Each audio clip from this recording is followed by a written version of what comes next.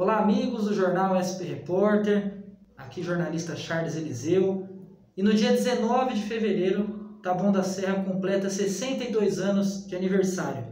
E a gente está entrevistando algumas pessoas que têm grande história na cidade e uma folha de serviços prestados para a nossa comunidade. E eu tenho uma honra de ser recebido aqui na sede da OAB de Taboão da Serra pelo Dr. João Melo, grande advogado que possui uma grande credibilidade na nossa região, tem mais de 50 anos de Taboão e na advocacia 33 anos. Não é isso, doutor? Obrigado por me receber, viu? Eu que agradeço essa gentileza de falar com o repórter do SP Repórter, pessoa que conheço de longa data, não só o nobre repórter, mas como toda a sua família. Realmente eu moro no Taboão da Serra, adotei a cidade de Taboão da Serra como meu lugar de residência fixa há mais de 50 anos. E por aqui estou. Doutor, recentemente nós estivemos conversando e teve um assunto que o senhor me falou que muito me chamou a atenção. No ano de 2003, Taboão da Serra teve aqui no fórum, que fica localizado no Parque Pinheiros, o primeiro caso que foi julgado através de um júri popular. E o senhor teve a participação na defesa daquele caso. Eu gostaria que o senhor relatasse aqui para a gente esse acontecimento que tem grande importância histórica para a cidade e também no meio jurídico. É verdade. Desde a minha formatura como advogado, eu fiz a minha inscrição na Defensoria Pública, que antes era a Procuradoria-Geral do Estado, mas aí, em um determinado tempo, passou a ser a Defensoria Pública do Estado, e nela nós fazemos o atendimento às pessoas carentes. Eu estou inscrito para atender as pessoas carentes, mas principalmente na área criminal, e eu faço o júri popular. O júri popular tem a ver com crime de morte, homicídio, tentativa, casos semelhantes. Antes, esses processos eram julgados na fase final, porque o processo tem duas fases, o processo de júri. Na fase final, o julgamento ocorria em Itapecerica da Serra, porque aqui na cidade não tinha um salão para julgamento popular. E aí, em 2003, tivemos a felicidade de ser convidados para fazer parte do primeiro julgamento, não só eu, como o doutor Piveta, e teve como assistência a doutora Érica Milani, minha esposa, e até a minha sogra, que era advogada recém-formada, participaram desse júri. Portanto, foi uma felicidade.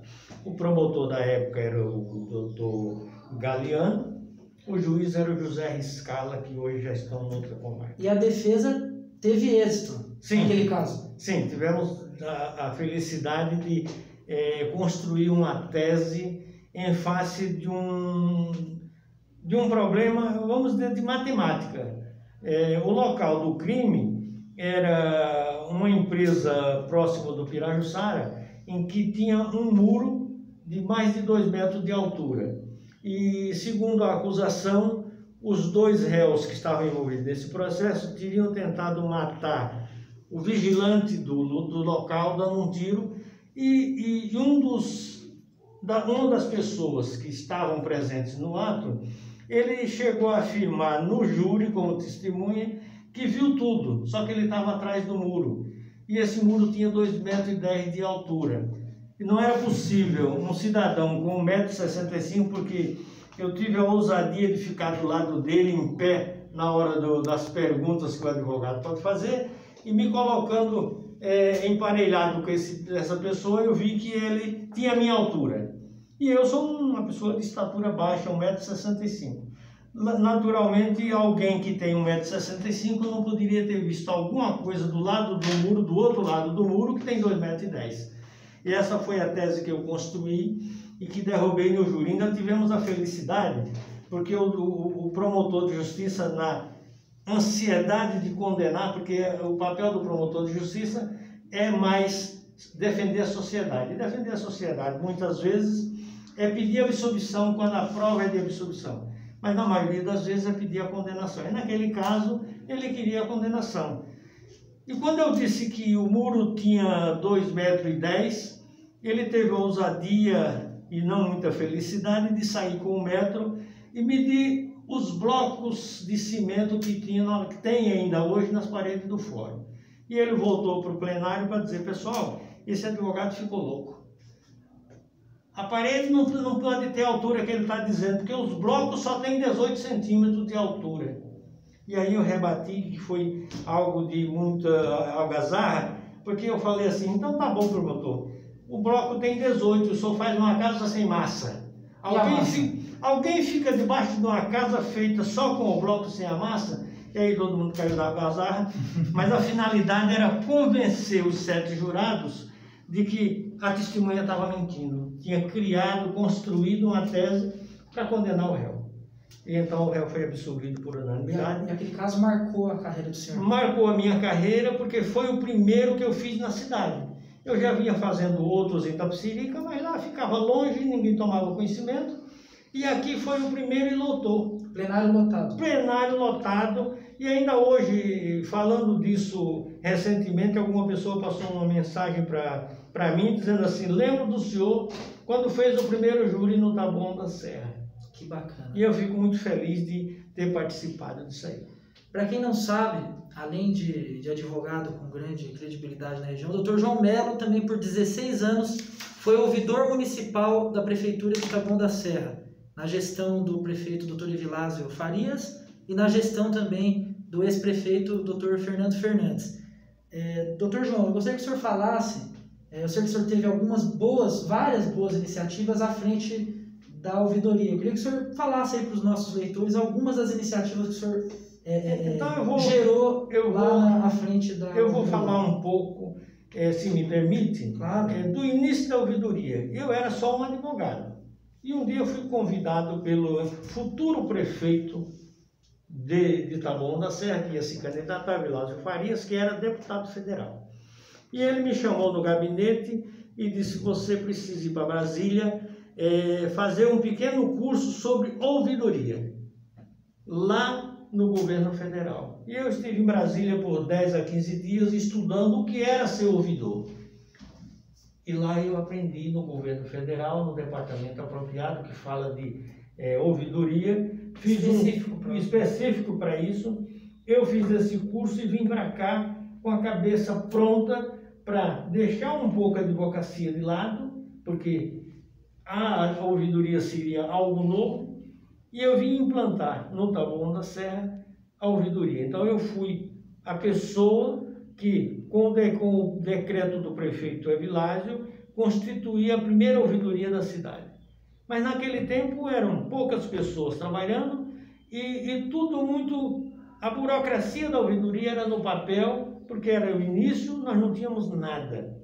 Construímos a ouvidoria a partir de um conhecimento agora formado e com o tempo nós fomos transformando. Um dia, já na gestão crescente do Evilásio, nós trouxemos um sistema digital precário, porque também a empresa que veio era como se fosse um aprendiz de feiticeiro. Primeira ouvidoria pegou e foi colocando Isso foi crescendo e eu também ultrapassei o governo Evilásio e entrei no governo Fernando Fernandes. Porque eu não agia com politicagem. Para mim, tanto fazia o prefeito A, o prefeito B, eu vim para o governo. Isso é importante, né? O Dr. João Melo desenvolveu um trabalho muito técnico e participou de 2 gestões que politicamente eram antagônicas, né? Sim. Mas ele teve reconhecimento no trabalho que ele executava, né, doutor? Pois é, porque eu não olhava o aspecto político da questão, eu olhava a técnica de funcionamento da ouvidoria. E aí conseguimos contratar um sistema digital que era bom, era de uma empresa de fora que fazia tudo aquilo, e com o tempo, já no segundo mandato do Fernando Fernandes, do prefeito Fernando Fernandes, nós conseguimos implantar definitivamente o sistema digital, que facilita, ainda hoje facilita cada vez as reclamações. Então, aquilo que no passado era feito só no papel, caderninho, anotações e tal, agora passou a ser digital, e no momento seguinte da reclamação, digitalizou, deu um comando, os departamentos todos recebem a reclamação. Muito mais fácil, né? e o reclamante recebe a resposta automática. Uma outra coisa que nós implantamos na ouvidoria foi implementamos as cartas digitais. A prefeitura, qualquer comunicação entre departamentos fazia uma CI, comunicação interna, tudo no papel, tudo datilografado, assinado, revisado, não sei o quê. Dali para frente, nós implantamos a comunicação interna digital, que é automática. Então, ao invés de o departamento levar uma semana para receber uma carta ou perder-se no caminho pelo malote, hoje o sistema funciona, deu o comando, o outro lado que deve receber a comunicação, abriu o sistema, ele está vendo a comunicação. E a comunicação interna, para quem está aí em casa e não sabe, é a comunicação entre os departamentos. Entre os departamentos. Por exemplo, a Secretaria de Fazenda precisa dialogar com a Secretaria de Comunicação, por exemplo. Exatamente. Isso se dá em um processo digital. Exatamente. Isso, né? Porque o reclamante, ele não tem na cabeça quem é que comanda cada coisa. Então ele quer reclamar, por exemplo, o fornecedor quer reclamar que não recebe as notas fiscais do serviço prestado. Se ele reclamar na ouvidoria, nós ouvimos a queixa, copiamos na folha digital e passamos como se fosse uma mensagem por e-mail. É semelhante a um e-mail, mas ele é uma comunicação interna digital.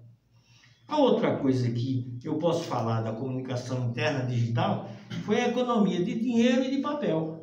Porque à medida que nós implantamos a comunicação interna digital, a prefeitura teve uma economia enorme de papéis, esse papel sulfite, e o dinheiro correspondente a cada folha. Doutor, e como que foi essa satisfação de poder elaborar essas iniciativas lá na ouvidoria?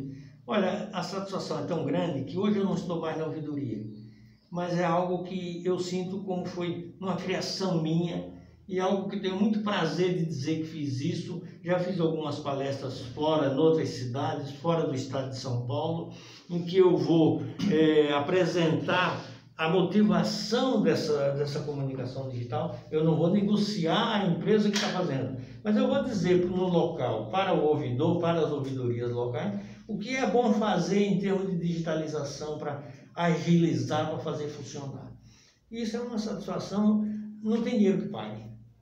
Isso aí, doutor, a gente está chegando ao fim aqui do nosso bate-papo, é um curto bate-papo. Eu convidei o doutor João Melo para conversar com a gente, porque eu estou fazendo questão de entrevistar pessoas que eu conheço, eu moro em Taboão da Serra, eu sei que prestaram muito serviço e prestam muito serviço para toda a coletividade taboanense.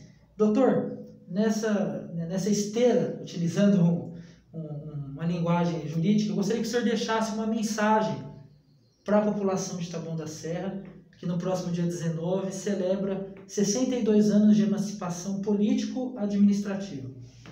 Eu quero dizer que é uma satisfação muito grande morar em Taboão da Serra.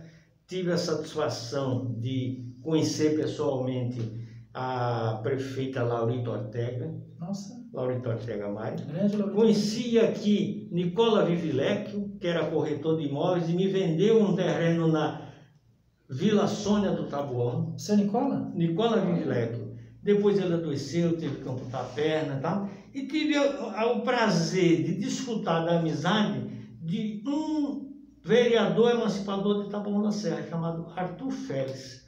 Era uma relíquia, era uma memória viva naquele tempo. Sabia tudo da cidade.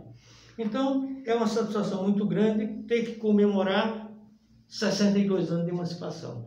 Que muitos anos venham e que boas administrações passem por aqui. Esse é o meu recado ao povo de Taboão da Serra. É muito legal poder ouvir e também compartilhar com vocês histórias como essa, né? Você passa aí de frente à Praça Nicola Vivilecchio, talvez você não saiba que ele tenha sido o primeiro prefeito da história da cidade e que vendeu um imóvel para o Dr. João Melo, não é isso, doutor? Perfeitamente. Era um bom vendedor, boa pessoa, boa praça, como diz. E aproveito também para mandar um abraço para a filha do Nicola, a Beatriz Vivilecchio. Doutor, encerrando aqui a entrevista agora realmente, eu gostaria que o senhor deixasse aí para os nossos leitores os seus contatos, como que as pessoas podem te encontrar caso precise aí dos seus serviços de advocacia. Bem, eu vou resumir porque é o seguinte, hoje em dia está na moda os escritórios virtuais, porque escritório presencial está muito complicado. Nós moramos numa periferia sem menosprezo à cidade, mas as pessoas são carentes, e o advogado também é carente,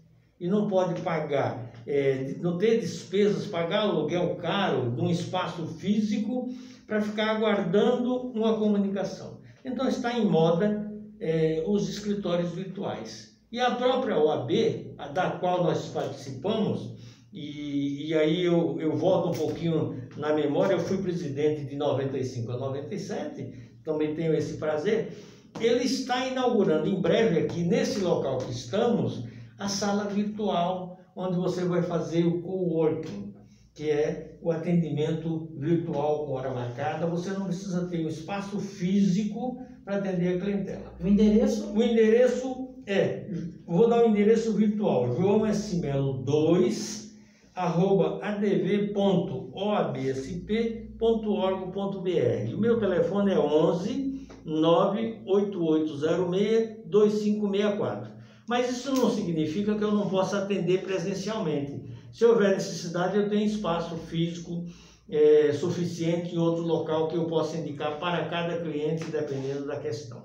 Isso aí. Doutor, grande honra conversar com o senhor. Conheço o senhor desde quando eu era criança, conheço muitas pessoas do nosso meio político, do meio da advocacia, e eu tenho grande respeito e admiração pelo seu trabalho. Obrigado, viu, doutor? Eu que agradeço. Por conceder esse tempo aqui com o SP Repórter. Eu que agradeço e me permita dizer que o seu pai e sua mãe já foram meus clientes em área de crédito, em que nós tivemos sucesso na ação, e ele faz elogios indevidos à minha pessoa por conta disso. Mas eu fico muito feliz de poder falar com você. É isso aí, pessoal. Conversei hoje aqui com o Dr. João Melo, um dos advogados mais renomados da nossa região aqui em Taboão da Serra, em Rio das Artes e adjacências. Muito obrigado. Fiquem ligados aí sempre no portal do SP Repórter, www.jornalspreporter.com.br. Um abraço a todos.